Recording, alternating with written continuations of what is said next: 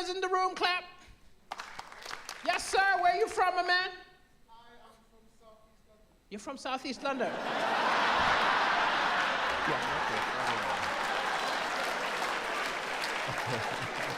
I said, are there any foreigners? And you're like, yeah, I'm from London.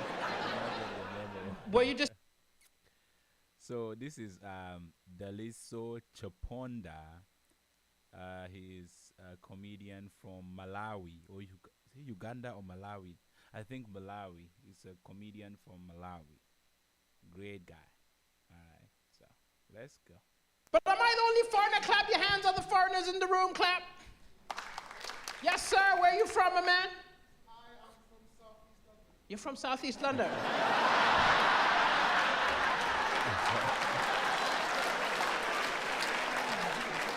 I said, are there any foreigners? And you're like, yeah, I'm from London. Were you just... Hey, you never know, okay? It depends. Where are you guys shooting right now? If you're filming in Manchester, yeah, you might be a foreigner. taking the piss, or are you... Where are you from before Southeast London? Well, my parents are from Jamaica. Your parents are from Jamaica, but you're not, so why did you clap? You thought I meant, are there any other black people? I can see the other black people. That's a legitimate thing to ask in the UK. I went to Scotland, to Edinburgh recently, and I can tell you there's not many of us over there. And are there any other foreigners? They sat him near the front so that I would not feel alone. Okay, are there real foreigners? Clap! Say real foreigners. I mean, if you come to think of it, everybody was a foreigner at some point in the land that they're currently living at. Yeah, so where are you from? Where are you from? I'm from Ghana. You're from Ghana. What's your name? Tuesday? Wednesday? Thursday? Ghanaians have like 7 names. What? Sunday! You see what I'm saying? Sunday. So Ghanaians, and that's the true thing. A Ghanaian told me I am a Kofi because I was born on a Friday. I guess you get named after the day you were born, and that becomes like your middle name or something. So when you hear Kwame, Kofi, Abena, all those things, those are names like for the days of the week. I think there are female names and then there's male names.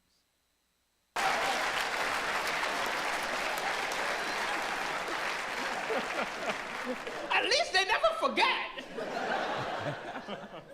And this lady next to you, is that your visa? What's the sort? My brother is smart. My brother came in with clutch with that visa. Yes. Brother, keep your visa. Oh. Don't listen to anybody.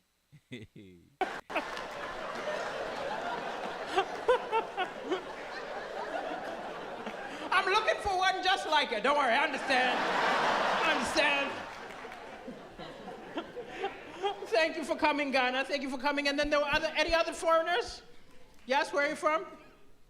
From Jamaica. Ha, see, real Jamaica. Excellent. I mean, his parents are from there too, so he's real. Excellent. Are you both Jamaican?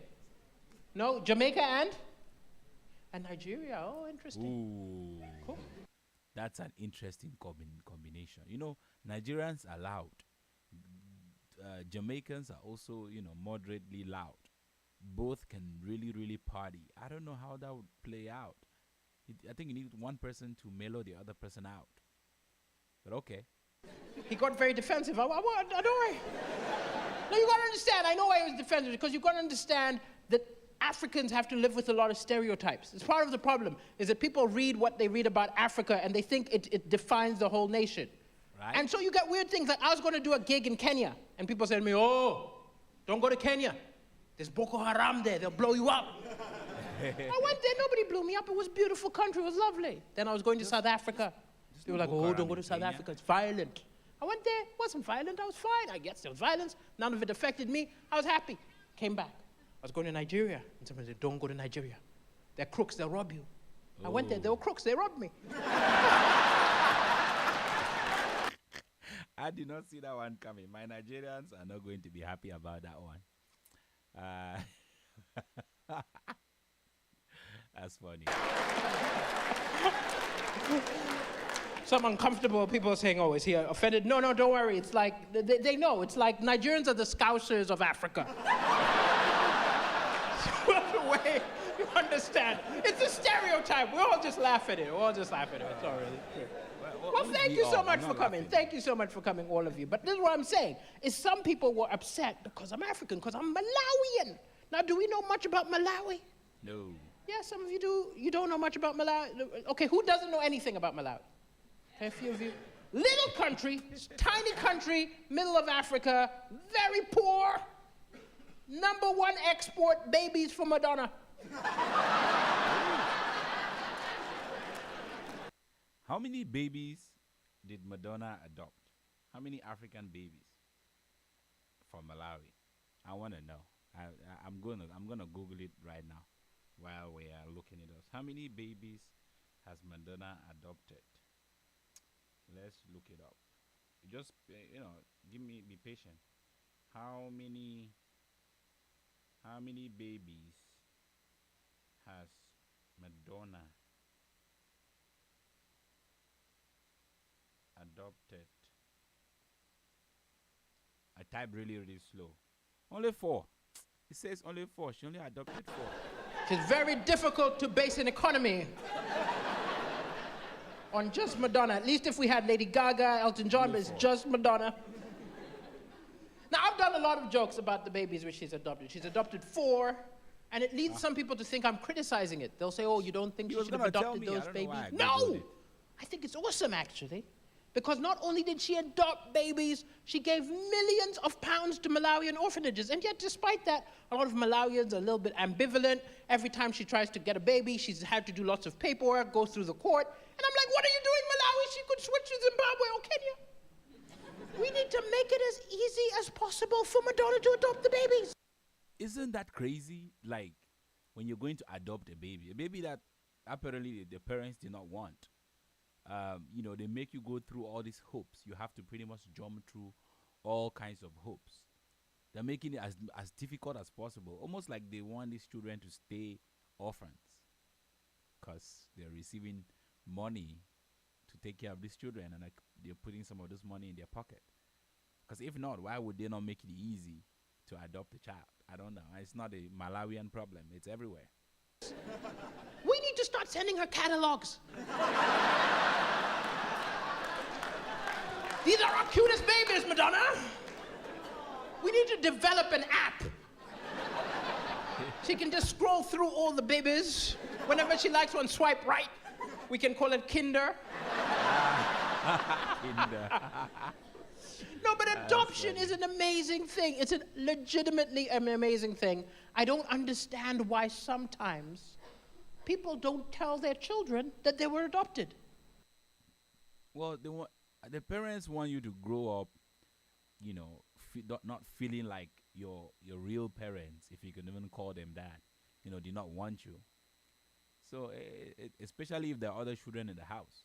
So imagine that there are 4 of you and one of you was adopted. The first one was adopted. The moment you know you're adopted, you're going to start looking back at certain instances and start seeing, unfairness in every little thing. They give one child, $500 and they give you 100. Maybe there's a legitimate reason behind it, but every time you look at it, you think, oh, it's because I was adopted. It's because they don't love me as much. So sometimes it's not the best thing to do, but sometimes you have to tell the child so they hear from you instead of hearing from the public. I have a friend who only found out when he was 14. Like it was something to be ashamed of. It's the opposite. It's something to be proud of. Because if you were adopted, you're one of the only children on the planet who knows 100% your parents actually wanted you. They filled out forms. There are no unplanned adoptions. I have never heard that hangover story. Can you imagine? Meet someone Sunday morning, he's got a headache, he's like, oh no. Me and the wife got so drunk last night. Oh. We ended up at an orphanage, we got 2. I've never thought about it like that. Like when you're adopted, for 100% that you were wanted. That's crazy. Because if you were not adopted, You will never know. It could have been an accident. They could have wanted you. You never know. You never know. But when you are adopted, you are 100% sure that your adopted parents wanted you. That's a nice way to put a positive spin on things.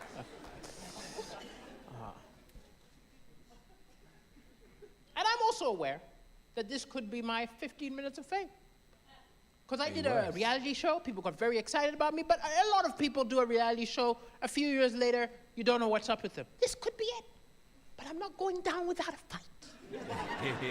Yeah, I got plans, man. I'm filming DVD also. I've decided I think I need to do all the other reality shows. What the hell? I'll do Love Island. Yeah. That's Love Island. I could find love and citizenship. Wait, what is Love Island? Is that like a reality TV show? I'm not really into reality TV, so I don't know why I expected to know that. But okay. Or if I really want to be famous, I need to do Celebrity Big Brother. Who watches Celebrity Big Brother? Yeah, a few of you watch it? Oh, not so many anymore. It's gone downhill, hasn't it? It used to be great. Now it's just repetitive. I've got ideas to reinvigorate it. Give it to me to run. Instead of doing Big Brother next year with celebrities, what if we did Big Brother, the religious fanatic edition? Wouldn't you I'd tune watch in that. for that? I definitely watch that. Get a couple of Jehovah's Witnesses, a couple of Mormons. You know, talking about Jehovah's Witnesses and Mormons, it seems like, they've lost their spark. Like, I haven't seen one of those around in a long time. When I first came to this country, every now and then they would knock at my door. Now I've not had one knock on wood in a long time. So I don't know what's going on over there. What has changed? They can fight over the front door. But they're not actually fanatics. I think for the second season, we raise the game and we fill the house with members of ISIS. Come on, wouldn't you tune in for that? Fill it with members of ISIS and then starve the fuckers.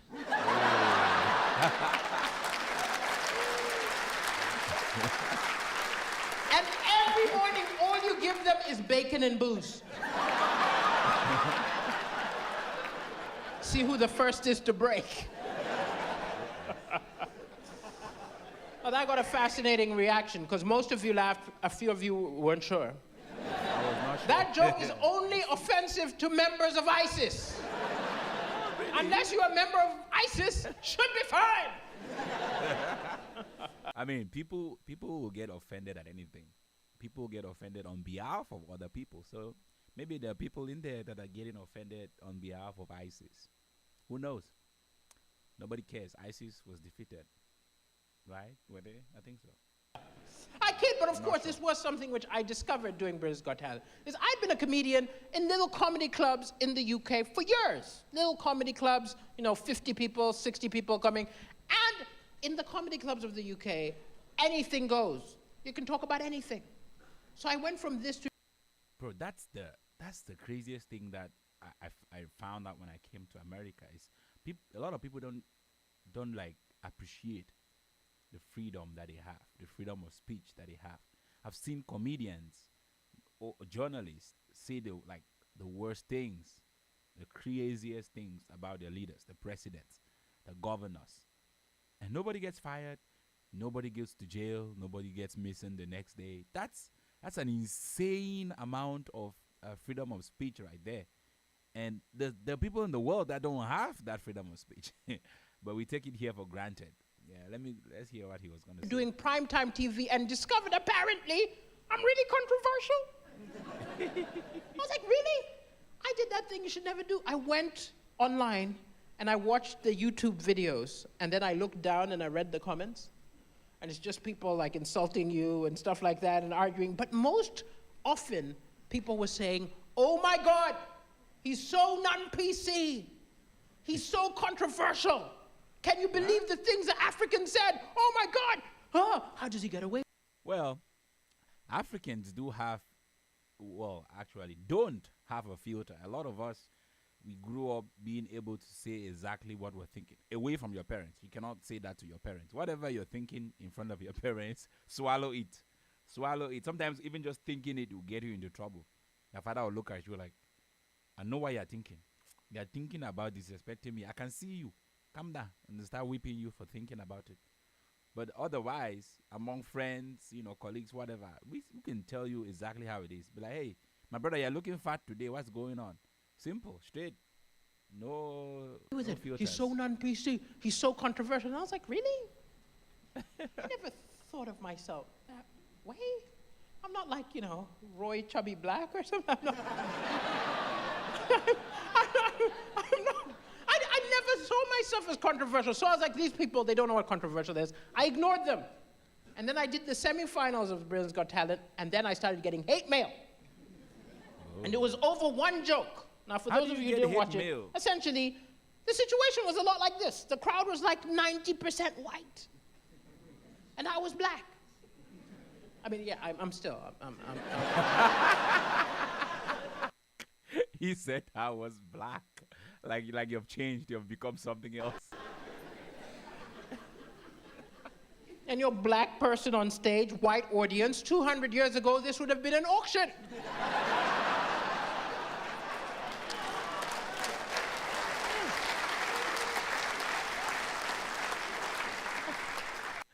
That's crazy. That's crazy, right? Oh, it's just me. That's crazy. Now, I did this joke, which is it's not even a massively original observation. Every black person has considered what their life would have been like back in the days of slavery. I also thought it wasn't going to... Actually, I haven't considered it much. I think this video is making me consider it, but I hadn't considered it much. Shock anyone, because I thought we had all agreed in the UK that slavery was a bad idea. Mm-hmm. I thought you could find the most right-wing person in the country, some member of the National Front with a Union Jack tattooed to his face. And you could ask him, hey, how about we bring back slavery? And even he would go, look, I want them out of my country. I don't need to own one. I thought we had consensus. Unfortunately, I have met people who don't think that it was such a bad idea, who don't mind having it back. I have. Let me not say people. I've met one person. Actually, I had a discussion with that one person who, they don't think it's such a bad idea to own another human being. But I digress. They actually compared it with owning a pet and farm animals. But okay. But out of nowhere, the pro-slavery people started sending me angry messages. I got messages like, well, if you don't like the slavery history, go back to Africa, monkey man. And I was like, this man does not grasp how slavery worked. It's crazy when people tell me, when I've heard that, when somebody says, especially online, like nobody has ever said it to my face, go back to Africa. Nobody has ever said it to my face. So it's just cowards. It's usually cowards that say things like that. It doesn't bother me. If you can say it to my face, that's when I'm like, okay. But nobody has ever said it to my face. But they would say it online, or under your video and be like, hey, go back to where you came from. Go back to Africa. I'm like, I'm not going. Do something. Make me. I'm here to stay and take your jobs. Nah, I'm not taking your job. Yeah, nobody wants to work at McDonald's anyways.